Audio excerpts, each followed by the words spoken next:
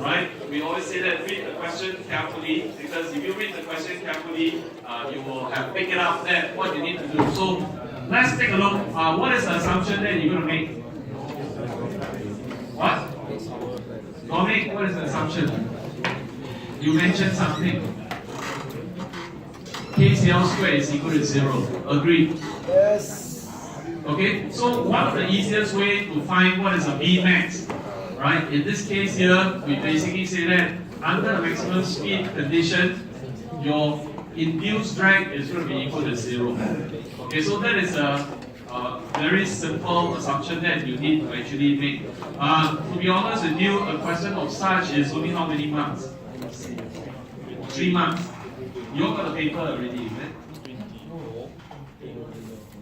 Ask Dominic, he said yes, he has a few. So you can send it to or you get it from Maureen or Shiva and all that. You expect me to have? Okay, so for that, it's only 3 marks. So going back to what I mentioned to you, if you make a mistake in the calculation of Vmax is wrong, how many marks do you think you will get? You don't make the assumption, you don't write anything, right? 0. Okay, 0. You get 0. If Vmax you got it wrong, you don't write down any assumption. You just go straight into ignoring your induced drag portion of it. Right? In the drag calculation, you write down the equation and then you calculate it wrongly because why? Because you're using P available instead of using a P max and so on. That's it. Right? Because your AP is not difficult, but it's very tedious. That's what I'm trying to tell you. It's very tedious, so you have to be very patient. Every mark is actually a hard-earned mark. Okay, hard-earned in the sense that you need to work it out, write carefully, write legibly, so that we can actually see your working and so on. Okay, because this question is straightforward. You've seen it every paper. You see similar type of question. Okay. All right. So this is for your Vmax, right? Vmax, as we mentioned, you have your. So you need to work out what is the P available. So in this case here, you basically will only have what? Half rho V cubed S CD naught. Okay. All information given. All right. Assuming what we mentioned, right? You assume your KCL squared equal to 0. The other thing that you need to assume perhaps will be basically sea level condition. Okay, because here they never mention anything. Right? So if you don't assume sea level condition, you cannot use rho naught. Okay, so sea level condition is another thing that perhaps we need to actually indicate it.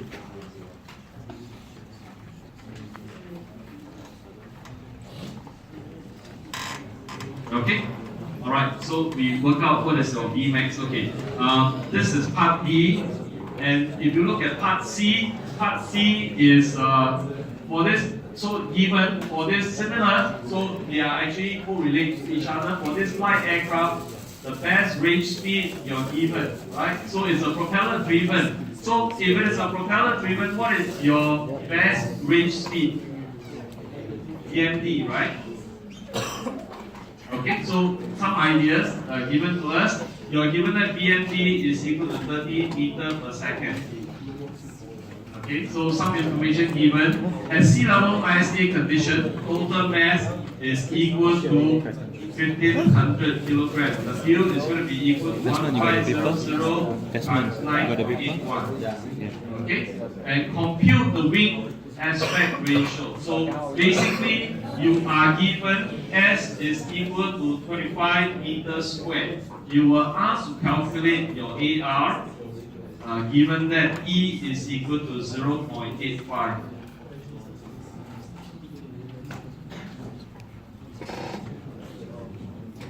Okay, all right. So these are the information given to us. So can you actually try to work it out? So what do you need? You're given this information. Your VMD is going to be equal to square root 2W divided by rho S, correct? And then what else? Times your. So So it's a CL. CL is going to be equal to CD naught, right? CD naught divided by K divided by CD naught. Is that correct? 1/4. Yes. Is this correct? Okay. So from here, this is known. This is known. This is known. CD naught is known. What can you work it out? You can actually work out what is your K. Right? You can actually work out what is your K. So what is your K? So when you work out what is your K, what is K? K is equal to what? K is equal to 1/pi A R E.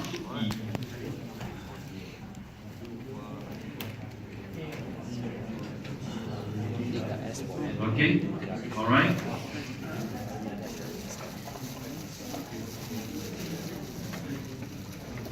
Okay? Can work out? Okay? So this is also 3 months. 2 or 3 months. 2 or 3 months, something like that. Okay? So not a lot. That's why I mentioned it is always a very hard-earned point. Okay, so basically he will make you work very hard for every month that you need to work it out. Okay, alright, the next one. So for the range of this propeller-driven aircraft, so now, okay, we can use the equation from the attached data and equation sheet, determine how much the range of this aircraft would be reduced when flying at 55 meters per second rather than the best range speed. Okay, so now you're flying at minimum drag 30 meters per second. So now, if you want to fly at 55 meters per second, rather than the best range speed, how much the range would have been reduced. Okay, assume that the propeller efficiency and the engine specific fuel consumption do not change for the change in velocity. Okay, so important thing is a few things that we need to go back. Okay, we need to go back to your get range equation. Okay, your get range equation, when we work it out, we have what? We have your P available divided by your F dot times your G, and you have your L divided by D, and then you have your natural log of your M start over your M final. Okay, so this is going to be equal to what? This is going to be equal to eta P multiplied by your P engine. Okay, of course, at the denominator, they remain the same. The rest of them remain the same, except that we're changing it from P available to something that we need to actually calculate. Okay, so we are given the assumption that propeller efficiency, right?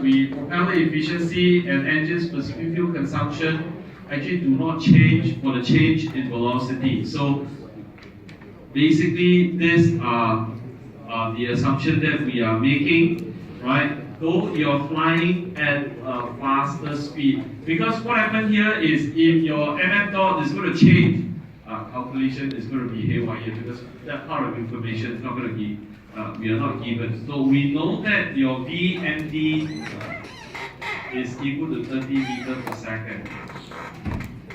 Okay, so now we would increase the value to 55. So from this, we are increasing it to the speed that is actually 55 meters per second. Okay, so what we need to do is we can actually work backward. Okay, so what happened here is we do know what is your at the minimum drag speed. Okay, CL is going to be equal to square root of CD naught divided by K. Okay, so CL is going to be equal to CD naught divided by K, and we can also work out what is the CL over your CD. Alright, what is your CL over your CD? CL is going to be square root of CD naught divided by K. CD is going to be equal to what? CD is going to be equal to 2 times your CD naught. Okay, so from this information, we can actually work out what is your CL over CD. Okay, so now if we were to be flying at V is equal to 55 meters per second, so can we actually work out what is the CL?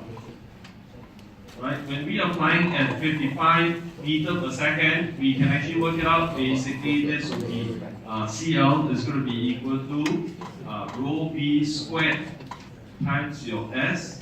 In this case here, assumption is your sea level condition. Okay, so this is known, this is known, this is known, this is known. Right? So you can actually work out what is your CL value. Okay, so with this, you can actually straight away work out what is your CD. Because why? Because we are given CD to be, what is your CD naught? CD naught is given to be 0.035, so this is actually equal to 0.035 plus K, we work it out, CL, basically you plug it in from there.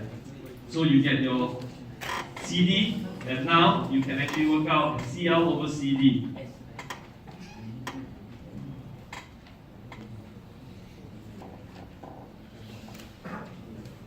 Okay, all right. Okay, so coming back to the equation here. Okay, what is the other assumption that we need to make? Because based on this equation here, right? Based on the equation that we have actually worked it out, based on this equation. Okay. What will be changing? We have actually assumed that a lot of things are basically not changing. Alright, in order for the question to work, we basically assume that your initial mass, starting the amount of fuel that you carry will be the same. Okay? So MS and MS is going to be the same. So the ratio should be the same. Right? In the way that assumption is this should be the same, no change. Okay, this basically we assume no change, right? Because we're assuming, given from the question, we did mention that propeller efficiency is not going to change, and we say that, okay, one of the things that we also assume that when you fly at a faster speed, we also mentioned your fuel flow rate, your mass fuel flow rate is not going to change. So all this is not going to be changing. You can actually see that what is going to be changing is this, L over D. Okay, L over D. Alright, so in a way, if I'm to write the equation, okay, so I write the equation, R is going to be flying at minimum drag speed. It's going to be equal to your CL over CD. So this is minimum drag speed that we calculate.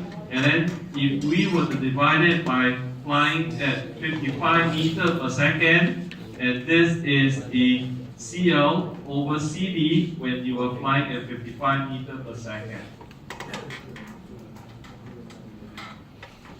Okay, so from here, I can actually work it out that if I'm going to be flying at 55 meters per second, it's going to be equal to your CL over CD at 55 divided by CL over CD at minimum drag multiplied by the range at minimum drag.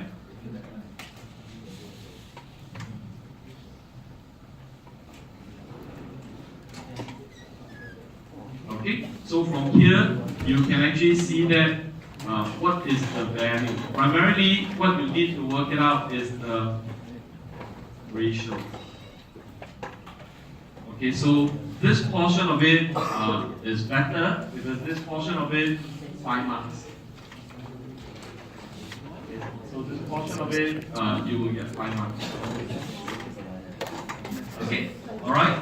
So the last one I'll leave it to you because the last one you have the answer from your past lecture, right? Sketch a flight envelope and so on, altitude versus airspeed in terms of your EAS and TAS or propeller-driven aircraft. assume that the altitude limit is independent. Altitude limit is independent of airspeed and determined by the absence of cabin pressurization of the aircraft considered. So this is slightly different from what we have shown, because this one we are actually looking at your a different flight envelope, because unlike what I've shown you just now, this one is basically we're looking at a flight envelope where the height limit is primarily your pressurization limit.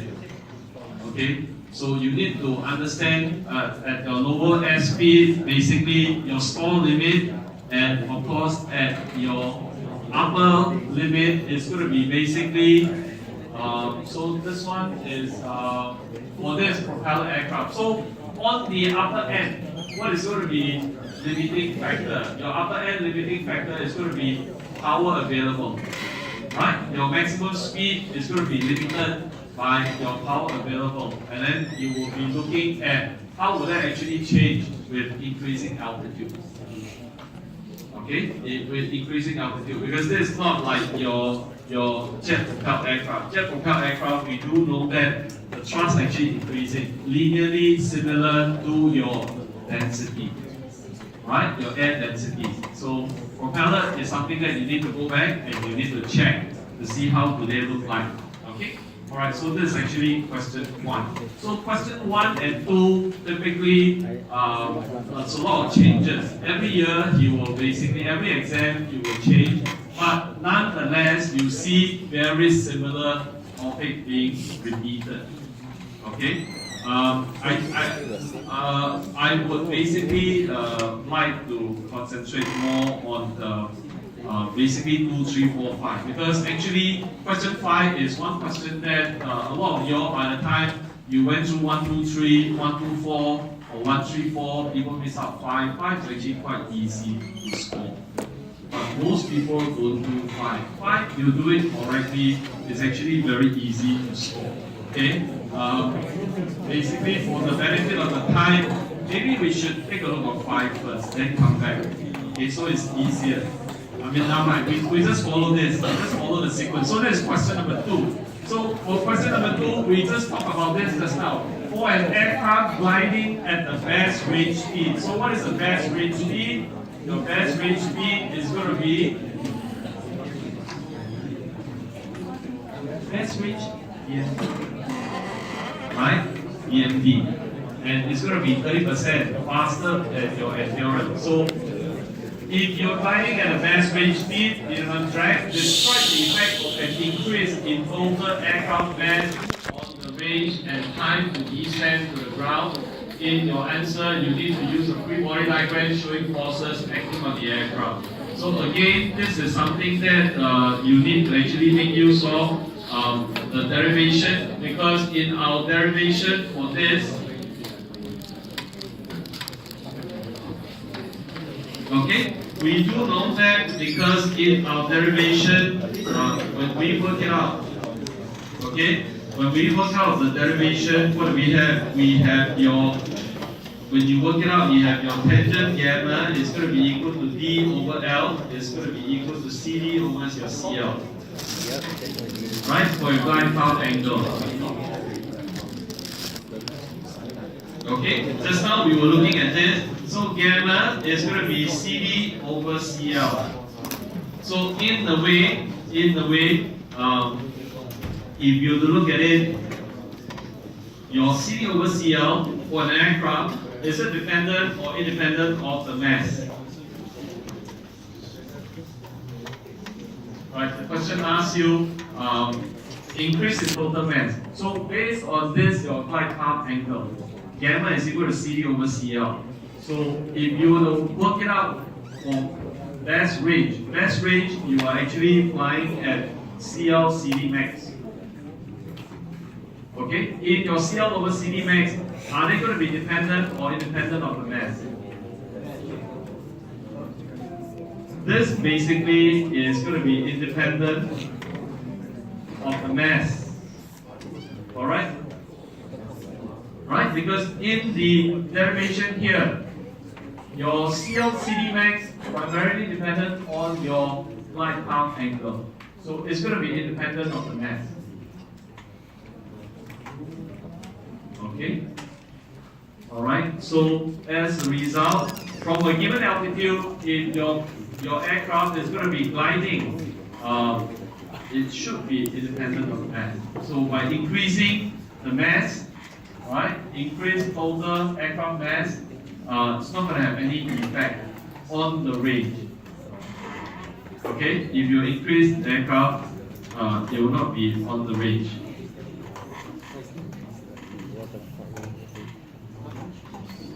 Okay, but what happened here is we do know that this is if you are looking at the best range speed. But if you were to be flying at a higher mass, what will happen?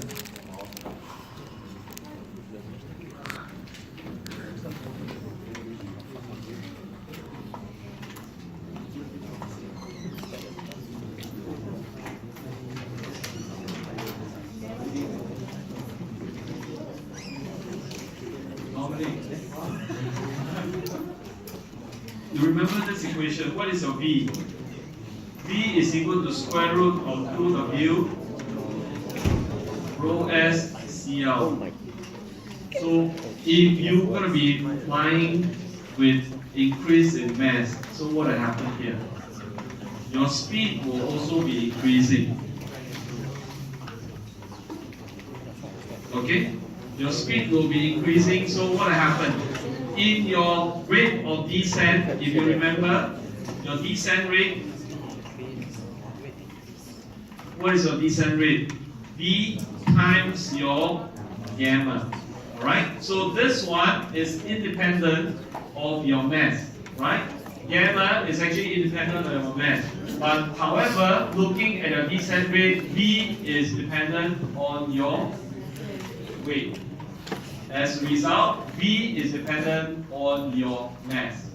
So if you increase the mass, what will happen? This becomes a larger value, and what will happen is it should be coming down faster. Alright? Okay? Because in your descent, gamma is not going to be affected. Right? Gamma only affected by your CLCD because gamma is just a glide path angle. So mass will not have any effect. Okay? So this is actually independent of the mass. However, in the calculation of your speed is actually dependent on your mass. So as a result, if you were to increase the speed, so what happened here is you will basically be coming down much faster compared to someone that is actually those two of you all started out flying at the same best range speed. Okay, gliding at the best range speed. But the one with the increasing of your mass, you will do see that it's going to be coming down faster. Okay, alright? Okay, because why? Because in your calculation of your minimum drag speed will also be increasing, right? Because it's correlated to your mass also for your minimum drag. Okay, the second portion of it, can you do this? I don't think I need to go through this. We just went through this before. So they ask you to derive the following approximation for the descent rate of a gliding aircraft. Okay, assuming a small flight path angle, and you need to state the assumption made. That means your glide path angle is actually small, sine gamma approximately equal to gamma. And because of your tangent gamma is also approximately equal to gamma, gamma is equal to CD over CL, and as a result, when you work it out, you have this equation. Okay? Alright, so part C from the equation of the descent rate, derive the lift coefficient for which we minimize this descent rate, also determine the corresponding flight speed at which this descent rate will occur. Okay, this descent rate would occur. So again, just now we actually went through this, right? The revision, we have already gone through the question. We are asked to minimize it. That means from this descent speed, you try to work out, you try to minimize this descent rate with respect to your lift coefficient. Okay?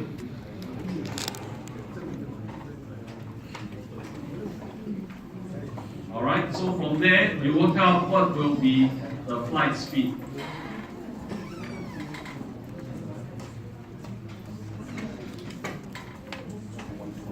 Okay, so what do we get just now? What is the flight speed that we work it out? V, we get what? KCL squared is equal to what? 3 CD naught, right? This is what we work it out just now. Am I correct? We work out this. So as a result, so your speed is going to be equal to square root of 2W rho S. Okay, you're gonna have a square root of CL, so you have 3 CD naught divided by K raised to 1/4. Okay, so you can see that what we went through basically what we were asked to do again in this part C. So part C is 5 marks. Okay, no, how many marks for part C? Part C, 4 marks. Okay, all this you need to go through minimizations and so on, 4 marks. All right. Okay. The last part of the question number 2, demonstrate that when gliding for maximum range, okay, the descent rate is approximately 14% larger than gliding at the maximum endurance speed. Okay, so this one we worked it out just now, right? Maximum endurance, this basically, this one is this. This is what they ask you to do.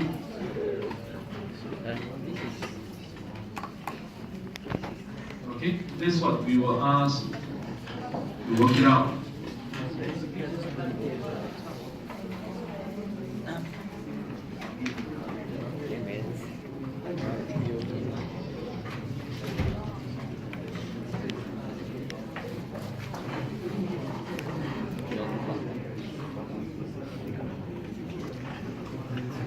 Okay, this is only portion of it.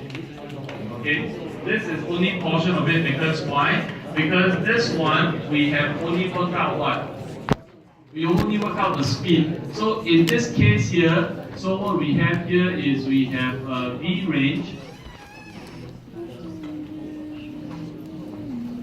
We have a V range divided by your V endurance is equal to 1.316.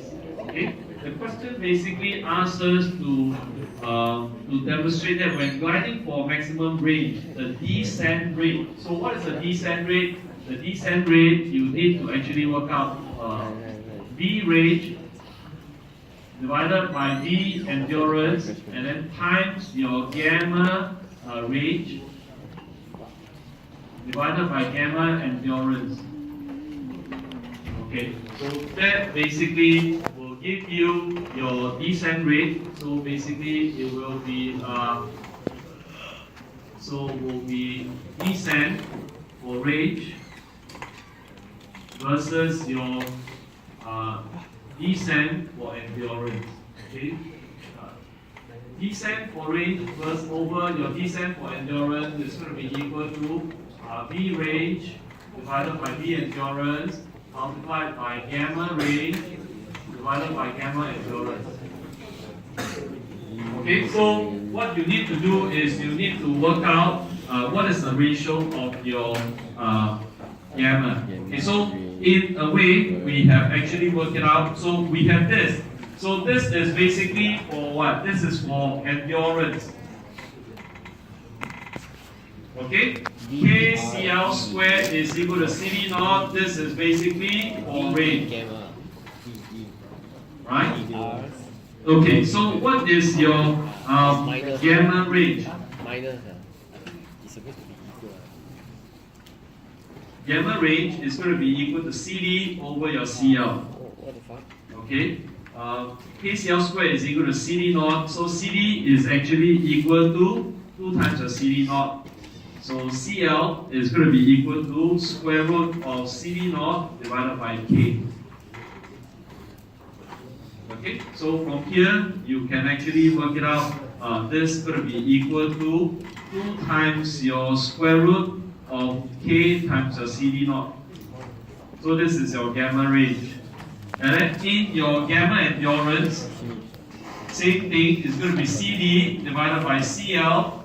So in our case here, KCL squared is equal to 3 CD naught. So CD is going to be equal to 4 CD naught. Okay?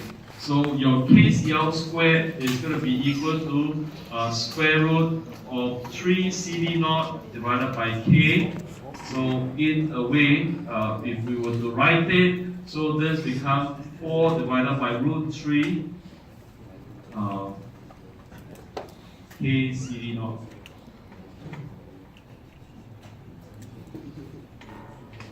Okay?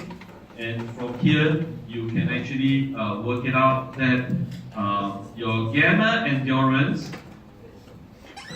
right, based on this, if you were to substitute 2 times your K CD naught into here, it's going to be equal to 2 divided by root 3 multiplied by your gamma range.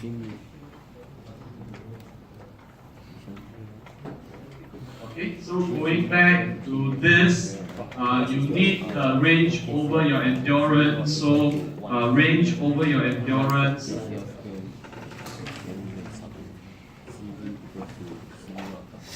is root 3 divided by 2. Okay, so you have more or less the value. So this one is going to be equal to 1.316 times root 3 divided by 2.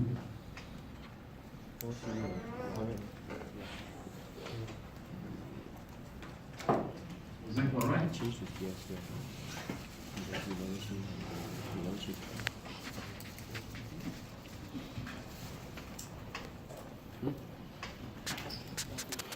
Do we do anything wrong? So you work it out, what's the value? Rules are quite big. Root 3 is 1.3 divided by 2. Okay. So root 3 divided by 2 is 0.866. 1.316 times 0.866. What is the value? 1.14. Okay, so that's what they ask you to work it out. Alright, question 2, the last part, 14%. Larger than when gliding at the maximum endurance speed. So you can see that. Yeah. Okay. All right. So this important question, right? Important question. Basically, that's how the question is going to be twist and turn between all this. Okay. All right. Let's take a look at your question number 3. So this one is a very lengthy one. In the brigade range equation, see attached data and equation sheet at the back. The overall propulsion system efficiency, along with the lower calorific value of the fuel, was used. This is for propeller-driven aircraft. So you can imagine he can actually give you the same type of question. One is propeller-driven, one is jet-propelled aircraft. Things better change. Okay, for propeller-driven aircraft, the range equation in terms of available power is more convenient. That's what we mentioned. Right? So how the total propulsion system efficiency depends on the available power, the mass flow rate of fuel, and the lower calorific value also show how the propeller efficiency needs to be introduced when using the engine power into the range equation. Okay, so let's take a look at this.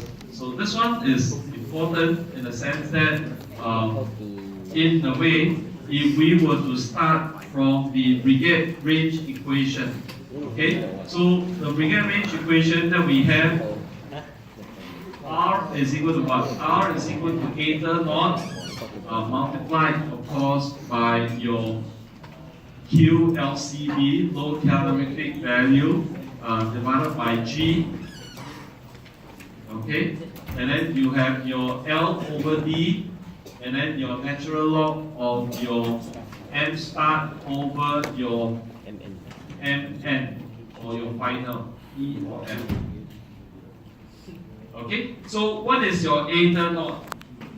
Eta naught in our case here, we need to introduce the eta naught. Eta naught in this case is going to be equal to T times your V divided by your M dot Q LCV. Okay, so with this, if we were to introduce this into your brigade range equation, we can actually rewrite the brigade range equation. This is equal to TV divided by MM dot your QLCV, and this will be your QLCV divided by G, and then you have your L over D, and then your natural log of MS over your ME. N or final. Okay, so here this can actually cancel out this. So T times your V is what? T times your V is basically your power available. Okay, so this is basically power available. Power available is equal to what? Power available is also equal to your propeller efficiency multiplied by your engine power. Okay, I mean you can actually write it as such. So this will be your M F dot times your G, and then L over D, and then your natural log of your start over your N. So this basically is the same as your P available. Alright, I mean this basically is your P available.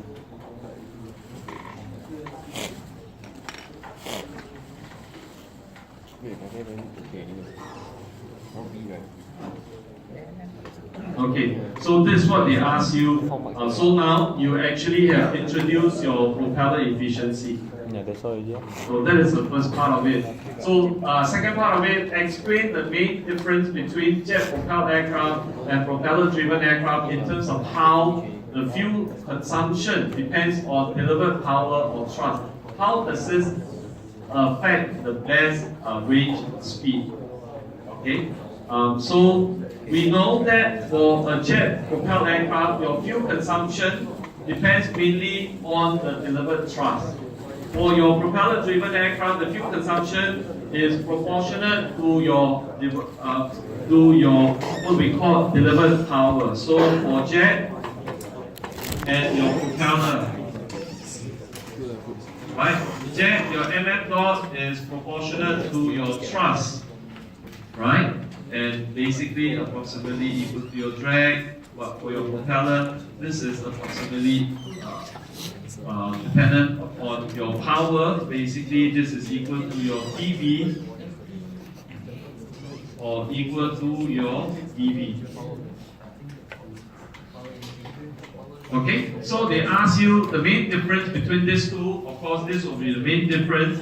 And of course, what happened here is this difference basically caused your brigade range equation V to actually disappear, because when you were looking at your propeller aircraft, right? Because in your propeller aircraft, you do see that the V term actually get absorbed into your power calculation, right? In your power calculation, in your power available, T times your V basically get absorbed into your P available, which is basically equal to your propeller efficiency multiplied by your engine.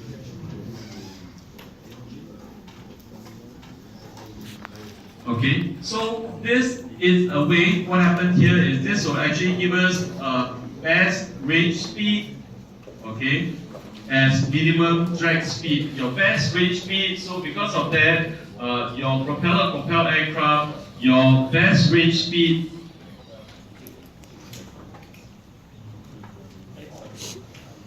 is basically equal to your minimum drag speed.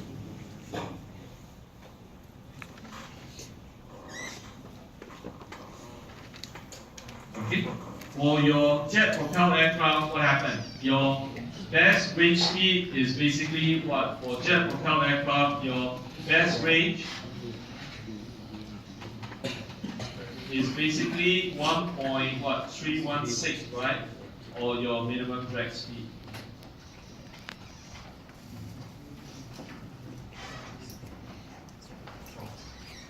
Yes.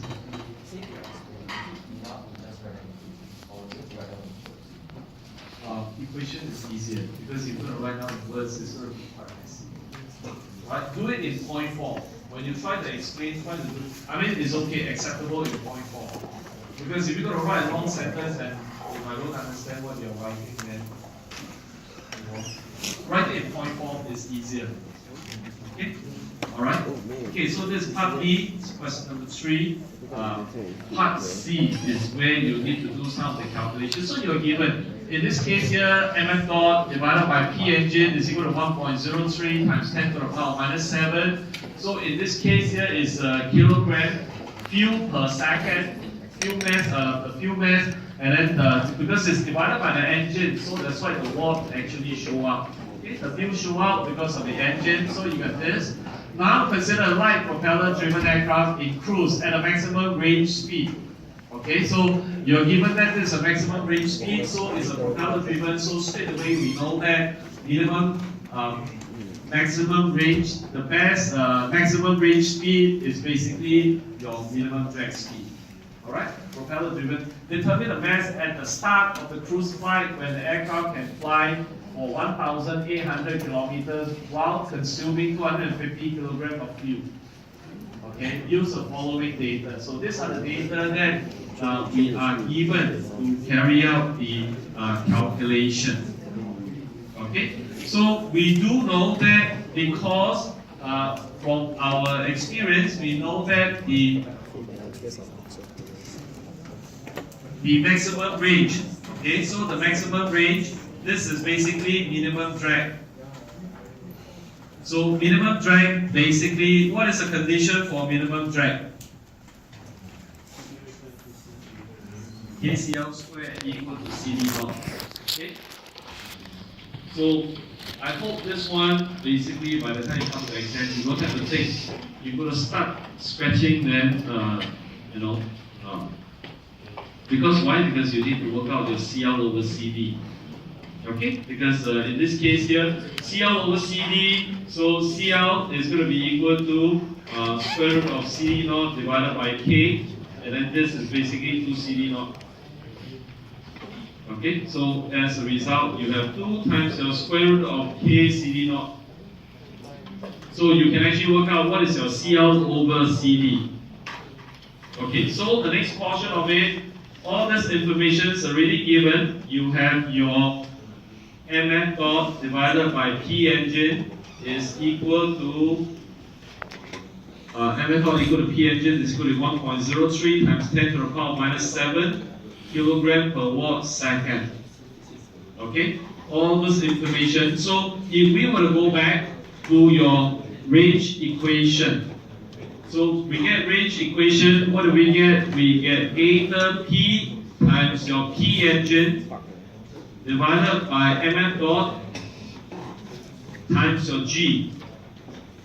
So you can actually see that this is a value that we need, and then you have your L over D, and then natural log of M start over Fn. Okay, so we do know we are given that you're supposed to be flying 1,800 kilometers. So this is equal to 1,800 kilometers. So this is the meter that we need to work it out. Okay, so we were given that you consume 250 kilogram of fuel. Okay, so this is given, eta P is equal to 0.86. So this value is given, this is given, G you know, L over D we work it out. So from this we can actually work out what is your natural log of M start over your Mn. Okay, you have a value. Okay.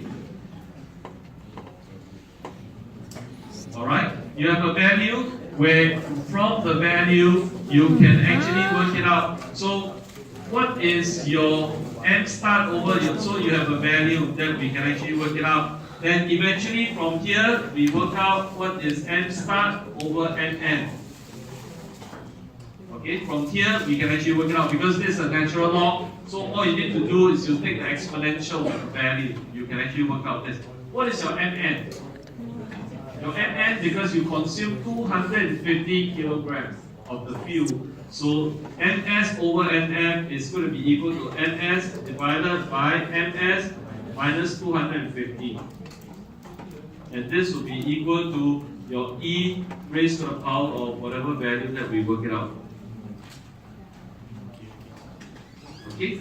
And of course, from here, you can actually work out what is your n start. You get what? You CL over CD, right? CL over CD. Alright? CD equals to 2 KCL square. Okay, let's take a look of the last part of it. If the pilot decides to fly 10% slower than the maximum range speed, how much more fuel do we need to get the same range as before? So the question basically says that now, if I have to fly at the maximum range speed, I get 1,800 kilometers. So now, if I have to fly 10% slower than this maximum range speed, so that means I'm not going to be able to get maximum range. Okay, so if I'm still going to fly 1,800 kilometers, how much more fuel I need to actually carry? How much more fuel do we need to get the same range as before? Assume that the empty mass and payload mass of the aircraft remain unchanged. Okay? Also assume that the engine's specific fuel consumption, propeller efficiency are unchanged from the maximum range speed condition. Okay, so this one is interesting, right? So they always have questions like this.